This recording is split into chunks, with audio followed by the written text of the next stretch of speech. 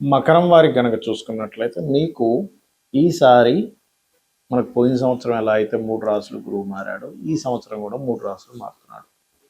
పోయినసారి మనకి వృషభంలోని, మిథునంలోని, కర్కాటకంలో మారి ఆ కర్కాటకం నుంచి మళ్ళీ వక్రించి మిథునంలోకి వెళ్ళిపోయాడు.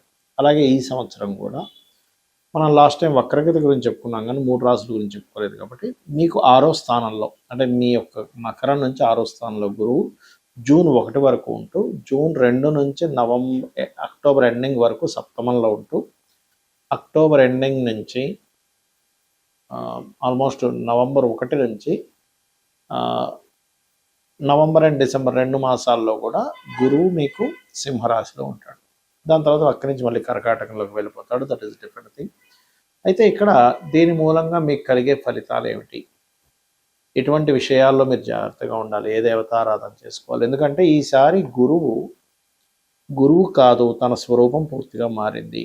కాబట్టి దీని స్వరూపం మారడం మూలంగా దేశకాల పరిస్థితుల్లో కూడా ఎటువంటి ఫలితాలు వస్తాయి అనేటువంటి అంశాలు చెప్తుంది నేనైనప్పటికీ, చెప్పిస్తుంది సాక్షాత్ లలిత అమ్మవారిగా భావిస్తూ, ఆ లలితాంబిక అమ్మవారి యొక్క అనుగ్రహం మీకు పరిపూర్ణంగా కలగాలని మనస్ఫూర్తిగా కోరుకుంటూ, ప్రధానంగా 6వ స్థానంలో ఈ సంవత్సరం ప్రారంభంలో ఉంటాడు. కాబట్టి మీరు జూన్ 1వ తేదీ వరకు మీరు ఎవరికైనా అప్పులు ఇవ్వడం, అప్పులు తీసుకోవడం, గురువులతో అనవసరంగా శత్రుత్వాలు పెరుగుతాయి అనుకునే విషయంలో కాస్త జాగ్రత్తగా ఉండండి.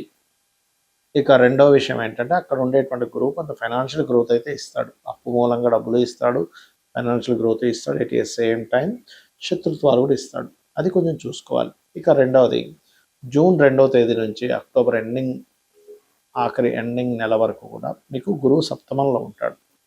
కాబట్టి సప్తమంలో ఉండేటువంటి గురువు ఇక్కడ వివాహ సంబంధించిన విషయాల అనుకూలత, అది కూడా విదేశీ సంబంధాలు, కొంచెం డిఫరెంట్ క్యాస్ట్, డిఫరెంట్ వాటిలో సంబంధాలు కుదరడం, అదేవిధంగా కాస్త స్ట్రెస్ కూడా, ఎందుకంటే గురువు స్వరూపం మారిందని చెప్పుకున్నాం కాబట్టి కుదిరేటువంటి విషయాల్లో కొంచెం స్ట్రెస్ పడతారు. కాకపోతే ఇక్కడ ఏంటంటే, మీరు వివాహ సంబంధించిన నిర్ణయాలు తీసుకునేటప్పుడు వాళ్ళ గురించి పూర్తిగా తీసుకోండి, లేనట్లయితే మోసపోవడం జరుగుతుంది.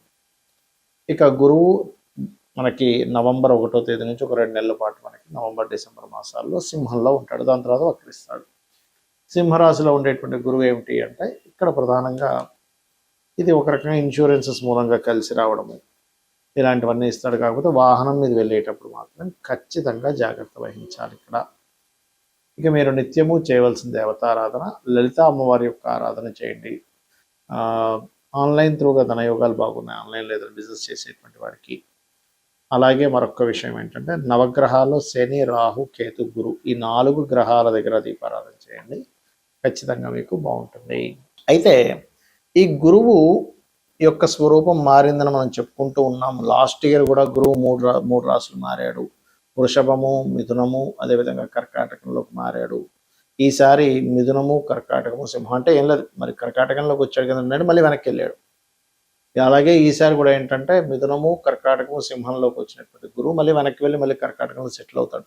కాకపోతే ఎప్పుడైనా గుర్తుపెట్టుకోండి, 3 రాసులు మారిన గురువు విపత్తుల్ని క్రియేట్ చేస్తాడు ఎక్కువగా. అంటే అది ప్రశాంతంగా ఉండనివ్వడు. మీరు చూడండి, లాస్ట్ ఇయర్ మారినందుకు మనం చూస్తూనే ఉన్నాం. ఆల్రెడీ ఉగాది వచ్చే ముందు అంతా యుద్ధాలని, గందరగోళాలని, గొడవలని ఎలా ఇచ్చాడో, ఇది కూడా సేమ్ రిపీట్ అవ్వబోతుంది. అంటే దీన్ని బట్టి మనం అర్థం చేసుకోవాల్సింది ఏమిటి, ఈ గోచారంలో ఉండేటువంటి ఈ గ్రహాల యొక్క స్థితిని బట్టి మనకు మహర్షులు ఏం నేర్పిస్తున్నారు అంటే, ఫ్యూచర్ ఇలా ఉండబోతుంది కాబట్టి నువ్వు ఇలా ప్లాన్ చేసుకో.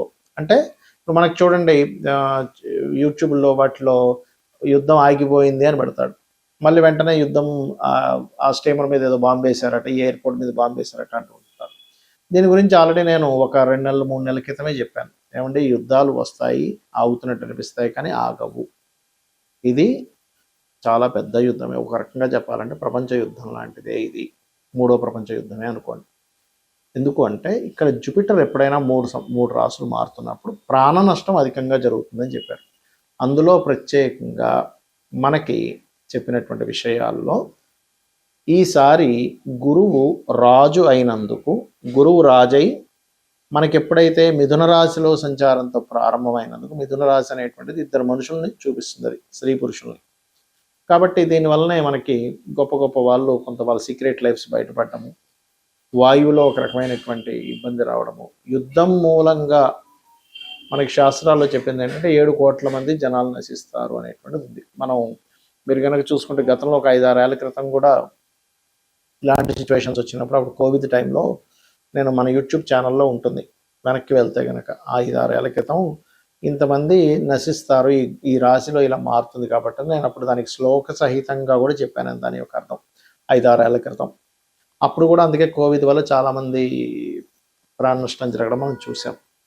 అయితే ఎప్పుడైతే ఈ జూపిటర్ అంటే జూన్ 1 వరకు మిథునంలో ఉంటాడో, దేశకాల పరిస్థితుల్లో ఎక్కువగా వైమానిక సంబంధించినటువంటి విషయాలకి ఎఫెక్ట్ వస్తుంది, గుర్తుపెట్టుకోండి. అంటే విమాన సంబంధించినటువంటివి ధ్వంసం అవడం, అది యుద్ధంలో కానివ్వండి, జనరల్గా ఉండేటువంటివి, ఎందుకంటే వాయువు మీద ప్రభావం.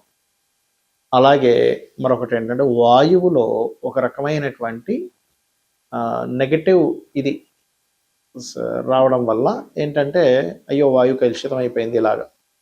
మూడవది లేనిపోనివి క్రియేట్ అవ్వడం, అసలు లేని ప్రచారం అవ్వడం, అసలు ఏది నిజమో ఏది అబద్ధమో అర్థం కాని పరిస్థితి. ఏమిటండి అసలు ఇది నిజమేనా, అసలు పేపర్లో వచ్చేది నిజమా కాదా, యూట్యూబ్లో వచ్చేది నిజమా కాదా అనేటువంటి సంశయంతో ఉంటుంది. అదేవిధంగా స్త్రీ పురుషుల మధ్యని కొన్ని ఉండేటువంటి కొన్ని సీక్రెట్ అఫైర్స్ అనుకోండి, కొన్ని పేపర్స్ మూలంగా, అంటే కొన్ని మనకి ప్రెస్ ఉంది, విలేకరి సంబంధించినటువంటివి ఏవైతే న్యూస్ సంబంధించి ఉంటాయో ఆ యొక్క విషయాల మీద కూడా మనుషులకి నమ్మకాలు కోల్పోవడము, ఆ రకంగా కొంత ఫేక్ న్యూస్లు కొంతవరకు ప్రచారం అవ్వడం ఈ గురువు మిథునంలో ఉన్నంతసేపు ఇస్తాడు, గుర్తుపెట్టుకోండి. అలాగే అంతరిక్షం నుంచి ఏదైనా ఒక ప్రమాదము భూమి మీదకి వచ్చి పొంచి ఉంది, అది మన శాటిలైట్స్ ఆకాశంలో బోల్డన్ శాటిలైట్స్ తిరుగుతాయి, అలా శాటిలైట్ లాంటిది ఏదైనా పాడైపోయింది భూమి దగ్గర రావడం కావచ్చు. లేదు అంటే పర్టికులర్గా మనకి చూడండి కొన్ని సమాచారాలు అందుతుంటాయి, ఏమండి ఏలియన్స్ ఉన్నారట, వాళ్ళు భూమి మీద తిరుగుతున్నారట, అలాంటిది.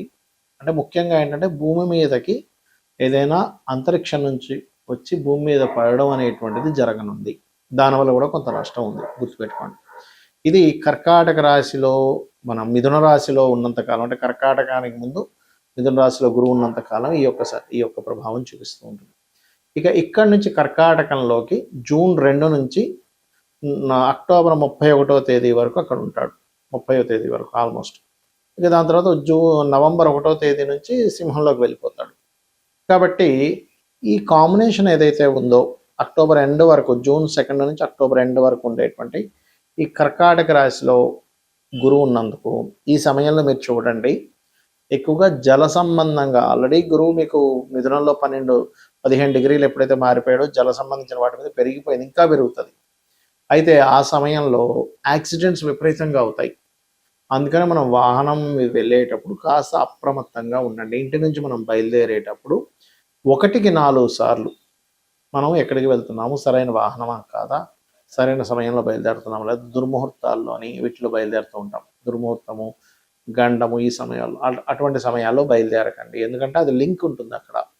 అలాగే మీ ఇష్టదైవాన్ని తలుచుకొని బయలుదేరండి, గుర్తుపెట్టుకోండి ఇది. ఎందుకంటే కర్కాటక రాశిలో గురు సంచారం జరిగేటప్పుడు వాహన ప్రమాదాలు అసలు మనం ఊహించలేం, అన్ని ఎక్కువ జరుగుతుంటాయి. కాబట్టి ఇంటి నుంచి మీరు మనస్ఫూర్తిగా మీ ఇష్టదైవాన్ని తలుచుకొని బయలుదేరినట్లయితే మీరు హ్యాపీగా ఉంటారు, మీకు ఎటువంటి ఇబ్బంది కలగకుండా ఉంటుంది. ఇది చెప్పడం కోసం ఆ విషయం చెప్పాల్సి వస్తుంది. ఇక మూడో విషయం ఏంటంటే ఈ జలము కలుషితం అవ్వడం, జలం మూలంగా గొడవలు రావడం, కర్కాటక రాశిలోకి గురువు వచ్చినందుకు జలం మూలంగానే కొన్ని దేశాల మధ్యన ఇబ్బంది రావడం, కొంత ఫుడ్కి ఇబ్బంది రావడం, ఫుడ్లో కొంత కలుషితాలు ఏర్పడడం, ఇట్లాంటివన్నీ కూడా ఇస్తుంది అక్కడ. ఇక ఇదే సింహరాశి నుంచి మన కర్కాటక రాశి నుంచి ఎప్పుడైతే సింహంలోకి నవంబర్ నుంచి ఎంటర్ అవుతాడో అక్కడ కలిగేటువంటిది ముఖ్యంగా నాయకుల మీద ఎఫెక్ట్ చూపిస్తుంది. అది పొలిటికల్ రిలేటెడ్, సీఎంలు అనుకోండి, పిఎంలు అనుకోండి, ప్రెసిడెంట్లు అనుకోండి, ప్రపంచవ్యాప్తంగా ఉండేటువంటి పెద్ద వాళ్ళు ఎవరైతే ఉంటారో, పొలిటికల్ రంగాల్లో ఉండేటువంటి వారు ఎవరైతే ఉంటారో వాళ్ళ మీద పూర్తిగా నవంబర్, డిసెంబర్, జనవరి మాసాలు ఎక్కువ ప్రభావం చూపించనుంది, గుర్తుపెట్టుకోండి. మరి ఈ ప్రభావాలు సామాన్య ప్రజలకు దేని మీద చూపిస్తుంది అంటే ఆరోగ్య సంబంధించిన దాని మీదకి వస్తున్నాడు జూపిటర్, ఎందుకంటే ఆరోగ్యానికి కారకుడు రవి కదా. అందుకని ఆ సమయంలో వీలైనంత మట్టుకు హోమ్ రెమెడీస్ కొన్ని ఉంటాయి మనం ఇంట్లో పాటించేవి, కొంచెం కొంత కషాయం లాంటిది ఏదైనా తీసుకోవడము, ఎటువంటి హెల్త్ ఇష్యూస్ రాకుండా ఉండడం కోసం మనం కోవిడ్ టైంలో కొన్ని కొన్ని పాటించాం. ఇంట్లో ఉండి చక్కగా పాటించిన వాళ్ళే హ్యాపీగా ఉన్నారు. కాబట్టి అలాగా కొంతమంది డాక్టర్ల సూచనల చేత, అదేవిధంగా ఆయుర్వేదంలో కావచ్చు, హోమియోపతిలో కావచ్చు, అలోపతిలో కావచ్చు, వాళ్ళు కొంతమంది వెల్ ఎడ్యుకేటెడ్ పీపుల్ ఉంటారు. వాళ్ళు ఇచ్చినటువంటివి ఏవైతే టిప్స్ ఉంటాయో, అలాగే మన పెద్దవాళ్ళు కూడా చెప్పినటువంటివి కొన్ని ఉంటాయి. ఇటువంటి విషయాల్లో కొంత జాగ్రత్తగా ఉండాలి. అయితే ఇక్కడ ఈ 2-3 నెలల పాటు, అంటే నవంబర్ నుంచి డిసెంబర్, జనవరి, ఈ టైంలో పర్టికులర్గా ఇది సంతానం మీదనే ఎఫెక్ట్ చూపిస్తూ ఉంటుంది. అయితే ఇక్కడ ఏంటంటే ఎవరైనా ఐవీఎఫ్లు, ఐయుఐలు చేయించుకునే వరకు కాస్త జాగ్రత్తగా ఉండాలి. అదేవిధంగా మరొక విషయం ఏంటంటే, ఇక్కడ మీరు గమనించినట్లయితే మీరు వాతావరణంలో మీరు గమనించండి. యాక్చువల్గా నవంబర్ మాసాన మనకేంటి, చలి బాగా ఉండాలి. కానీ ఆ టైంకి ఏమవుతుంటుందంటే, చలితో పాటు తెలియని ఎండలు కూడా వస్తాయి ఆ టైంలో. ఇదేమిటండి, ఎంత ఈ చలికాలం ఇంత ఎండ ఉందేంటి అనిపిస్తూ ఉంటుంది. కాబట్టి నేను చెప్పినటువంటి పరిహారాలు ప్రధానంగా చండీ వినడం, చండీ పారాయణం చేయడం, లలితా సహస్రనామాలు వినడం, మీ ఇష్టదైవాన్ని స్మరించుకోవడం చేయండి. అన్ని విధాలా బాగుంటుంది. శ్రీమాత్రే నమః.